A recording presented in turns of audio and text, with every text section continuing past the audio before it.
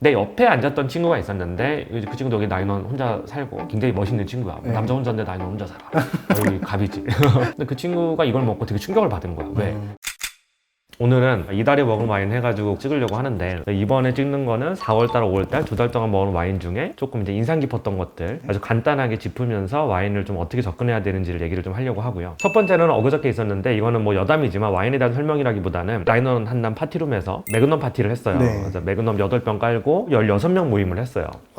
매그넘이 뭐냐면 보통 우리가 와인병 750ml인데 매그넘은 1.5L짜리 그러면 2배니까 가격이 2배여야 되잖아. 근데 실제로는 2배보다 더 비싸요. 매그넘이 더 구하기도 힘들고 수량도 적고 해가지고 좀 비싼 게 있고, 장기 숙성이 될수록 매그넘이 더 좋다라고 하는 게 많이 먹는 사람들의 정설 같은 거고, 여기서 얘기하고 싶은 건 딱 3가지 포인트가 있어요. 하나는 라이넌 한남 파티는 너무 좋아, 진짜. 뭐 야외에서도 먹을 수 있고 뭐 바비큐 파티도 할 수 있고 안에서도 먹을 수 있는데, 안에 이제 뭐 주방 설비나 이거 다 돼 있고 우리 셰프님 따로 불러가지고 했는데, 일단 시설이 너무 좋아서 사람들이 공간에 너무 큰 만족을 했다. 그리고 두 번째로는 출장 셰프님을 불렀는데 음식이 너무 좋았고요. 세 번째로는 다 매그넘을 먹었는데 매그넘 8병 중에 언급할 만한 게 프로몬토리 08 빈티지 매그넘을 먹었어요. 그 프로몬토리가 뭐냐면 한란에서 빌 한란이 세계 최고의 미국 와인을 만들어 보자라고 하는 일념으로 만든, 아니 여우야 왜 이러니, 한란을 뛰어넘는 한란에 필적하는 이제 와인을 만들어 보자 해가지고 자기 혼자 산책 다니고 트레킹 다니다가 이제 밭을 사가지고 만든 게 이제 프로몬토리예요. 근데 프로몬토리가 08 빈티지는 일반인한테 팔지 않았고요. 와이너리 안에서만 팔았어요. 운 좋게 그거를 한 4병을 구해가지고 2병은 이미 먹어봤고 이번에 1병을 또 먹었는데 750ml 기준으로 봤을 때 해외 서첫 가격이 1,500불 정도 하고 1.5L 매그넘 기준이면 뭐 3,000불 넘겠죠. 근데 어쨌든 난 3,000불 주고 사지는 않았지만 예전에 사가지고 좀 더 싸게 사긴 했지만 굉장히 좋았고, 확실히 내가 뭘 느꼈냐면 08 빈티지가 얘가 너무 강건하게 만들었어. 어릴 때에도 접근성이 좀 좋게 만드는 브랜드들이 있고 어릴 때에 좀 이제 접근성이 좀 떨어지지만 숙성이 되면서 확 좋아지는, 미국 와인으로 예를 들어보면 다나 에스테이트, 로터스 빈야드나 뭐 헬른 빈야드 이런 애들 플래그십 빈야드인데 얘들은 최소 25년 이상 있어야 되는 것 같아. 왜냐면 06빈이 얘들 첫 빈인데 내 06부터 다 가지고 있거든 와인을. 07빈이 이제 RP 100점짜리고 07빈을 1년 전에 먹었었는데 너무 단단해서 열리지가 않아요. 14년이 지났는데도. 그래서 최소 5, 6년 후에 먹어야 좀 조금씩 열리겠구나라는 생각이 들었고, 어쨌든 와인 메이커가 지향하는 방향에 따라서 언제 열리느냐, 언제가 시금 적기냐가 좀 달라지긴 하는데 프로몬토리는 확실하게 굉장히 단단하게 만들었어요. 그래서 프로몬토리는 꼭 경험해야 되는 와인이라고 생각을 하는데 지금 먹기에는 좋지 않아요. 08빈인데 첫 빈이라서 그나마 따기 괜찮은데 지금 따면 그래도 조금씩 열립니다. 또 하나는 뭐 스파도드 97 매그넘을 먹었는데 90년대 까베르네 쇼비뇽 베이스로 만든 미국 와인을 매그넘으로 먹으면 90년대 상태 좋은 거를 절대 실패가 없다. 미국에서 서첫 가격으로 치면 300불, 750ml 기준으로 250불 이 정도 하는 와인인데 굉장히 맛있게 먹었고요. 그리고 또 하나는 오베르 레리 앤 하이드선이라는 14 빈티지를 매그넘으로 먹었는데 너무 맛있더라고요. 오베르를 제가 예전부터 와인 컨텐츠에 많이 추천을 했었고 제 와인원 카페에도 오베르 너무 맛있다 많이 썼고, 오베르가 2020이나 2019 빈티지 같은 경우는 되게 영해요. 아직까지 씁쓸한 맛이 강하고 그러니까 탄닌 같은 많이 느껴지고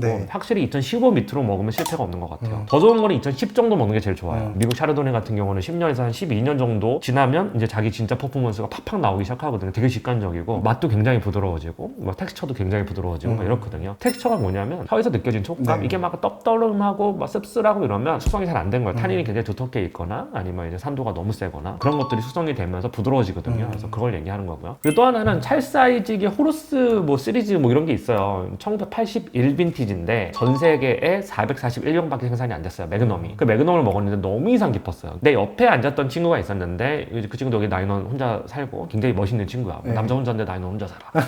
여기 갑이지. 근데 그 친구가 이걸 먹고 되게 충격을 받은 거야. 왜? 그 친구도 이제 뭐 돈이 있으니까 당연히 뭐 돈페리뇽 올빈들 뭐 크룩 올빈들 막 사서 먹었을 거 아니야. 근데 이제 시중에 좀 많이 굴러다니는 와인들을 먹다 보니까 상태가 퍼펙트하지 않은 돈페리뇽이랑 크룩 80년대 이렇게 먹다 보니까 아무래도 과속 뉘앙스라고 하면 과하게 숙성이 됐다 이런 뜻이거든. 80년대 초반인데 기포가 뭐 없고 꿀향이 엄청 나고 스카치 위스키 같은 느낌도 나고, 보통 올빈이 되면 다 그런 느낌으로 귀결이 돼요. 아 원래 올빈 이렇구나 이러고 먹었대. 근데 이날 81 빈티지, 그것도 찰스 하이직인데 1,500불 정도 서초가가 해외 가격이. 이걸 먹고 아 내가 샴페인을 잘못 먹구나 이러는 거야. 와인너리에서 최근에 출시한 거거든요. 그러니까 와인너리에서 최근에 출시했다라고 하면 상태가 퍼펙트하겠죠. 1981 빈티지면 41년을 숙성했는데 겁나 프레쉬, 그리고 기포 영빈처럼 막 이렇게 올라오진 않지만 뽀글뽀글 계속 올라와. 그렇다라고 하는 거는 이 와인을 먹었을 때 입에서 기포감이 느껴지거든요. 혀로. 그 텍스처를 느낄 수 있으면서 산도까지 굉장히 생생하게 살아있는 거야. 거기다가 숙성 뉘앙스, 40년이 이미 숙성이 됐기 때문에 너트나 꿀이나 올빈 샴페인이 가지고 있는 기가 막힌 숙성 뉘앙스랑 이런 게 같이 딱 결합이 돼서 미친 듯이 맛있는 거지. 내가 이 얘기를 왜 하냐면 시중에서 돈페리뇽 뭐 크룩 이런 거 올빈들 살 때 돈을 좀 더 주더라도 샴페인 하우스에서 바로 나온 것들 또는 유통 과정이 최소화된 것들 또는 컬렉터가 가지고 있었던 것들 이런 게 제일 좋아요. 근데 아무리 가격이 싸더라도 샵에서 여기저기 굴러다니는 것들 상태가 좋을 수가 없거든요. 특히 샴페인이 제일 예민하거든요. 기포가 다 날아가 버려요. 80년대 초반 와인을 땄는데 기포가 처음부터 없다. 그 상태가 안 좋은 거예요. 그거는. 그리고 처음 딱 따놨는데 80년대인데 애가 완전 과속되면 색깔이 완전 황금빛으로 변하거든요. 약간 좀 주황빛깔 나는 황금색으로 변해요. 근데 그게 꿀뉘앙스가 터지고 직관적으로 굉장히 맛있는데 산도가 다 죽어있을 거예요. 근데 그게 죽어있으면 그 샴페인 간 거예요. 이게 시음 적기냐 아니냐를 판단할 때 가장 중요한 그 리소스 중에 하나가 산도란 말이죠. 그래서 그게 되게 중요하다. 근데 그게 같이 결합된 와인을 먹는 게 중요하고 그런 걸 먹으려면 숙성이 아주 오래된 샴페인이면서도 상태가 퍼펙트해야 돼요. 근데 퍼펙트 하려면 결국 하나밖에 없어. 움직이지 말아야 돼. 그런 거를 먹어야 진가를 느낄 수 있다. 그래서 이 친구가 굉장히 충격을 받았고 기가 막히더라고요. 정말. 와 정말 끝장나더라고요. 그리고 이제 다음 와인 소개해드릴 거는 론 화이트였어요. 프랑스어라서 발음이 좀 어려운데 CHAPONTIER인데 샤프티어 뭐 이렇게 있는 것 같아. 샤프티어 뭐 이렇게 있는 것 같아. 뭐 이렇게 있는 것 같아. 이 생산자가 만든 레르미트 에르미타주 2009 빈티지. 이게 RP 100점짜리 화이트인데 그걸 이제 아까 전에 얘기했던 샴페인 감동받았던 그 친구가 가져왔어서 우리 집에서 딱 먹을 때 너무 깜짝 놀랐어. 그러니까 정말 너무 맛있더라고요. 확실히 이걸 먹으면서 느낀 게 뭐냐면 워낙 이 생산자가 잘 만들기도 하지만 우리가 샤르도네라고 하는 품종에 너무 길들여져 있어. 샤르도네 품종이 진짜 좋거든요. 굉장히 섬세하고 굉장히 화려하고 꿀뉘앙스도 막 터지고 굉장히 좋은 품종인데 너무 이것만 위주로 먹다 보니까 다른 감각이 좀 필요한 거야. 그래서 내 이 얘기를 왜 하냐면 이 화이트 너무 잘 만들었어요. 페트롤 향도 너무 많이 나고 향수 향도 막 터지고 입에서 미쳤어. 입에서 이걸 좀 굴리다가 딱 넘기면 뒤끝 맛에서 우리가 보통 피니시가 길다라고 하면 혀에 남는 어떤 여운이 길다라고 하는 거거든요. 떡볶이를 먹으면 그 매운맛이 막 엄청 오래 가잖아. 막 그렇죠, 매우면 그렇죠. 그게 피니시인데 좋은 와인들의 피니시는 목 넘김을 한 다음 혀끝에서 남는 맛들이 꿀, 막 너트, 파인애플 이런 게 계속 느껴지면서 이게 피니시가 가니까 이게 너무 즐거운 거야. 그게 우리가 감각이라는 게 우리가 와인 한 병에 뭐 100만 원 내고 200만 원 내고 1000만 원 내고 먹을 때도 있고 나 혼자 내는 건 아니잖아. 뽐빠이 해가지고. 근데 왜 이거를 미친놈도 아니고 먹느냐. 한 끼 30만 원짜리 식사도 되게 비싼데 그 와인값까지 하면 막 100만 원, 막 880만 원씩 막 내고 먹잖아. 네. 결국 감각이라고 생각해요. 후각과 미각의 끝을 가장 끝까지 밀어붙인 게 와인이에요. 사실은 뭐 위스키도 굉장히 비싼 건 비싸지만 어느 정도 일정 이상의 가격이 올라가게 되면 후각, 미각을 더 많이 자극하고 더 좋은 자극을 줘서가 아니라 희소성 때문이에요. 차도 그렇고 더 성능이 좋다고 비싼 게 아니란 말이죠. 어느 정도 이상 넘어가면 다 좋으니까 그때부터는. 와인도 결국 감각을 끌어올리고 테이스트를 높이는 건데 부르고니 샤르도네 너무 좋죠. GRC 목라시 같은 거 먹으면 너무 좋은데 뭐 가격이 너무 비싸단 말이야. 얼마든지 이것보다 싼 가격으로 뭐 싸진 않아요. 얘도 뭐 서적 가격이 500불 가까이 하는 와인. 그럼 우리나라에서 100만 원 넘을 거 아니야. 근데 얼마든지 그것보다 낮은 가격으로 새로운 감각을 줄 수 있다면 새롭다라고 하는 건 좋다라는 게 아니에요. 베러가 아니라 디퍼런트예요. 그냥 다른 감각을 느끼게 해줄 수 있다면 가치가 있는 거라고 생각을 해요. 그렇게 봤을 때 와인이라는 게 전 세계에 너무 품종도 많고 너무 생산자마다 스타일도 다르고 하기 때문에 아무리 좋고 비싼 와인이라고 해도 매일 먹으면 질리거든요. 그렇게 봤을 때 론 화이트들 너무 좋은 게 많다. 저는 그렇게 생각을 해요. 실질적으로 사람들이 론 화이트를 접할 기회가 별로 없어요. 뭐 와인 먹다 보면 대부분 뭐 미국 맨날 미국 찐찐이들 아니면 이제 프랑스 뭐 브리고뉴 뭐 샤르도네 피노누아 막 먹고 이게 세상이 끝이라고. 제일 비싸거든 이쪽이. 비싼 거 먹는다고 무조건 좋은 건 아니다라고 생각해요. 그래서 뭐 이 와인도 워낙 비싼 와인이지만 새로운 감각 뭔가 차별 이런 지점으로 봤을 때 이탈리아 화이트나 론 화이트 아니면 시네커넌 같은 론 화이트를 지향하는 이런 생산자들을 좀 섞어서 먹다 보면 와인을 즐길 때 굉장히 더 풍성한 즐길 거리가 있습니다. 어쨌든 그러고 또 하나는 좀 미친 짓을 한번 했는데 제가 와인 카페에서 오드샤또 몰아 마시기를 했어요. 오드샤또라 그러면 간단하게 얘기해서 보르도에서 보르도 잔 강이 있으면 왼쪽에 있는 아펠라시옹 샤또들 중에 가장 비싼 와인 애들을 오데샤또라 그래요. 근데 그 오데샤또의 1등급 와인을 이제 5개가 있는데 1855년에 제정이 된 거예요. 이게 사실 역사를 설명하면 끝도 없지만 아주 간단하게 얘기를 하면 1850년대 초반에 만국박람회가 열리거든요. 영국에서. 만국박람회가 뭐냐, 전 세계에 있는 이제 이런 국가들이 자기네 나라 특산물을 가지고 오는 거야. 1855년에 나폴레옹 3세가 야 우리 프랑스도 뭔가 보여줘야지. 근데 프랑스 유명한 게 와인이잖아 옛날부터. 그래가지고 와인을 외국인들한테 보여주고 자랑을 해야 되는데 이게 너무 등급이 개판인 거야. 근데 그 당시에도 고급 와인들은 따로 있었고 1855년에 나폴레옹 3세 그 정권 때 등급을 나눈 거예요. 그게 시초가 돼서 아직까지 이어져 오는 건데 그걸 그랑크루 등급이라 그래요. 그랑크루 1등급, 2등급, 3등급, 5등급까지 있어요. 그랑크루 등급이. 당시에 이제 그랑크루 1등급에 4개의 샤또를 지정을 했는데 하나가 이제 유일하게 그라브지구에 빼샹레오낭 마을이 있어요. 거기 이제 샤또 오브리옹. 그리고 이제 뽀이앙 마을. 뽀이앙 마을이 원래 되게 좋은 마을이거든. 라뚜르 있고 무통 루칠드, 라피드 루칠드 있고 그리고 마고 마을에 샤또 마고. 그 당시에 4개를 등급을 지정을 했는데 이걸 오데 샤또라고 불러요. 아까도 얘기했지만 샤또 무통 루칠드는 1973년인가 그때 1등급으로 승격이 된 거예요. 예외적으로. 그러니까 가장 이제 자한 쪽에서는 가격도 비싸고 보르도 전체로 볼 때는 우한 쪽이 훨씬 비싸요. 와인 가격은. 뭐 샤또, 오존, 뭐 페트로스 다 우한 쪽에 있거든요. 가장 비싼 와인들은. 어쨌든 자한 쪽에 가장 1등급 와인 5개를 비교 테이스팅을 했어요. 대부분이 98 빈티지였고 샤또 마고만 96 빈티지였어요. 4개는 다 98 빈티지였고 거기서 1등은 이제 라피드 루칠드가 했고 그때도 블라인드로 먹었거든. 그때 재밌게. 오데샤또 블라인드 먹어도 재밌잖아 또.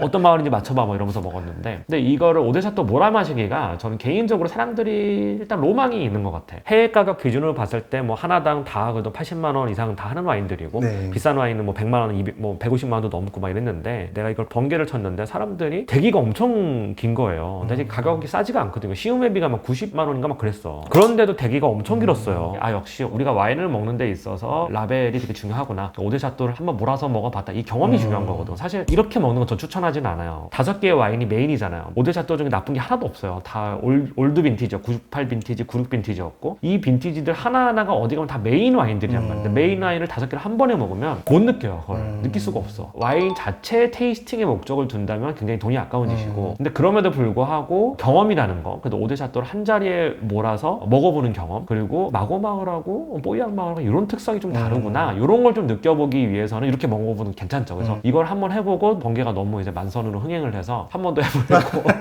마지막으로 이제 얘기하고 싶은 게 DRC 에세조 2017 빈티지를 먹었는데 너무 맛있더라고요. 지금 이제 DRC가 2019까지 나왔나? 2019가 곧 나올 거예요. 2018 빈티지까지 세트가 있었으니까 확실히 DRC도 17 빈티지를 제가 처음 나왔을 때 1년 반 전인가 2년 전인가 그때 처음 테이스팅 했을 때는 너무 단단했거든요. 그래서 아 이거 지금 먹기도 완전 돈 아깝다. DRC 에세조가 DRC 라인업 중에서는 가장 엔트리에 해당하는데도 지금 해외 서초 가격이 3,800불이에요. 근데 이거를 그냥 테이스팅하기 너무 아깝고 400만 원을 넘게 주고 사서 먹었는데 감동이 안 오면 이건 잘못된 와인이야. 그건 버려야 돼. 그런 절대 먹으면 안 돼. 그리고 뭐 라벨 찍어서 뭐 인스타 올리면 뭐하나. 그런다고 뭐 되는 것도 아니고 어쨌든 내 돈 주고 먹진 않았어요. 누가 따주셨는데 누가 이렇게 따주셨어요. 너무 맛있게 먹었어요. 아직도 시음 적기는 아니지만 내가 볼 때 DRC 에세조 같은 경우도 시음 적기 초반부에 들어가는 게 지금 기준으로 봤을 때 2010 빈티지 정도 되는 것 같아요. 아직 시음 적기라고 부르기에는 너무 모자라는 와인이었지만 그래도 너무 훌륭하더라고요. 1년 반 전에 먹었을 때 느낌 또 완전 다르더라고요. 그래서 확실히 처음 출시했을 때 이런 비싼 와인을 까먹는 건 미친 짓이구나. 앞으로는 더 좋아질 거고 그리고 지금 따먹기에 너무 맛있더라. DRC 에세조는 강추하지만 너무 비싸서 강추할 수가 없습니다.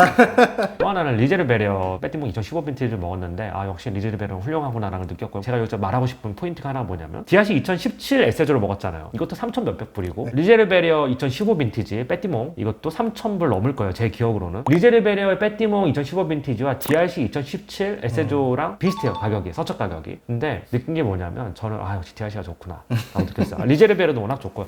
둘 다 3,000불이 넘어가는 와인인데 뭐가 안 좋겠어요. 해외 가격으로 300몇십만 원 하는 와인이 안 좋으면 사기란 말이죠. 맨날 얘기하지만 근데 저도 처음에는 이제 브리고니를 먹을 때 우리가 브리고니 3대장이라고 하잖아요. 뭐 도멘 르로아 그리고 DRC 도멘 드라 로마니 꽁띠 그리고 도멘 꼼뜨 리제르베리어 이 세 개를 3대장이라고 그러는데 제일 비싼 애들이에요. 근데 르로아가 이제 넘사벽으로 비싸고 DRC가 뭐 두 번째로 비싼 거 같고 그 다음에 이제 리제르베리어가 비싼데 확실히 저는 DRC가 좋더라고요. 근데 그게 왜 그러냐 리제르베리어가 화려해요. 화사하고 향수향도 엄청 많이 나고 약간 좀 오크를 되게 잘 쓰는 것 같아요. 절대 이 포도 품종에서만 이런 향이 날 수가 없어. 그러니까 어떻게 보면 화려한 장기술을 잘 쓰는 생산자예요. 근데 반면에 DRC는 굉장히 클래식한데 피노누아 자체가 가지고 있는 이 포도가 가지고 있는 잠재력을 굉장히 잘 이끌어낸 생산자고 이 두 개를 다 잘하는 게 르로아예요. 르로아는 이제 넘사벽으로 좀 가져서 누가 르로아 한번 먹고 싶다 하면 경험 삼아 한 번은 괜찮은데 절대 나는 비추다라고 얘기는 많이 해요. 너무 거품이야 사실 생산량이 적으니까. DRC가 그나마 생산량이 많아서 합리적인 가격을 가지고 있고 리제르베리어도 최근에 급등을 했지만 역시 사람이 뭔가를 먹다 보면